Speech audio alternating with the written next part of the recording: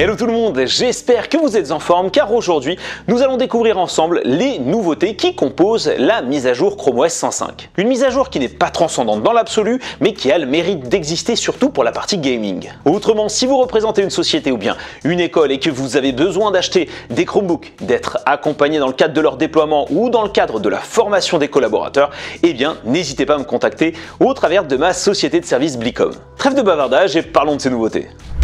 Très gros sujet structurant, Google est en train de travailler sur la mise en place d'une interface capable de mapper, de faire correspondre les touches de l'écran tactile avec les touches du clavier pour les jeux du Google Play Store. Pourquoi c'est quelque chose d'important? Les développeurs et éditeurs qui publient leurs jeux sur le Google Play Store sont loin de penser au Chromebook lors du développement. Ils sont surtout focus smartphone et tablette et ont donc une réflexion axée usage écran tactile. Ainsi sur Chromebook, on va retrouver quelques jeux et quelques applications vraiment compatibles et prenant en compte le clavier et la souris. On est donc sur un catalogue limité officieusement. Dans cette version de Chrome OS 105, Google a déployé cette fameuse interface en mode alpha pour certains jeux et donc qui permet d'associer les touches du clavier avec celles de l'écran tactile. Ainsi que vous ayez une Chromebox, une Chromebase ou bien un Chromebook qui n'est pas forcément adapté pour le gaming, eh bien vous allez pouvoir jouer à ces jeux. C'est une solution qui va ouvrir l'accès à un très grand nombre de jeux pour les appareils sous Chrome OS et c'est donc un game changer pour le marché du particulier. J'ai fait quelques tests de mon côté et ça fonctionne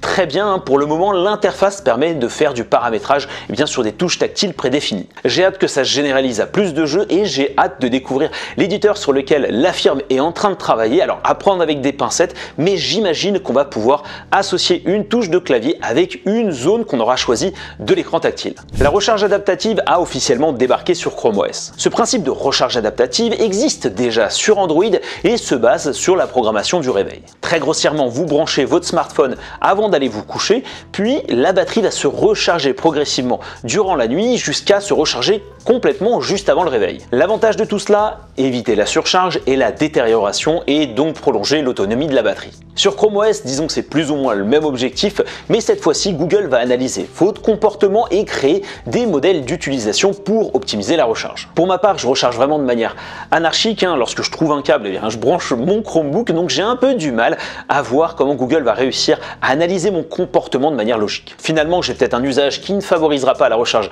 adaptative, mais c'est peut-être moi qui dois changer mes habitudes. Autrement, pour activer cette fonctionnalité sur votre Chromebook, il faudra passer par les flags et activer le flag Adaptive Charging. Et en ce moment, puisqu'on parle beaucoup d'écologie et de réduction d'empreinte carbone, cette fonctionnalité est bienvenue. Les bureaux virtuels évoluent pour permettre la fermeture globale de tous les contenus d'un bureau donné. Je suis un utilisateur des bureaux virtuels, vous savez, ces instances qui vous permettent de bien séparer vos différentes activités sur Chrome OS. Pour ma part, généralement j'en ai deux, j'en ai un qui est dédié à Blicom et un autre qui est relatif à ma veille quotidienne. Si vous activez le flag Enable Desks Close All au moment où vous allez fermer un bureau, tous ces contenus vont être également fermés alors qu'à l'époque, les contenus étaient transférés vers un autre bureau. Personnellement, je préfère ce nouveau fonctionnement car autrement, ça désorganise le bureau qui reçoit tous les nouveaux contenus. À noter qu'une nouvelle icône fait son apparition à côté de l'icône de fermeture, une icône qui permet de fermer et de transférer les contenus vers l'autre bureau. En gros, vous avez maintenant le choix de la manière de fermer vos bureaux virtuels. Voilà tout pour ce court résumé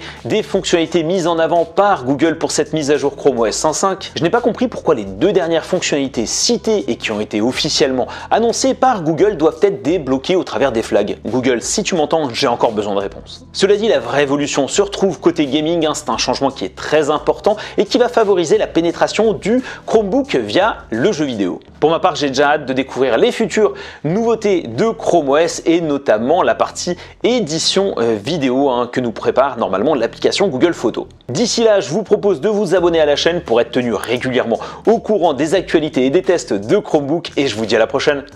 Ciao, bye bye!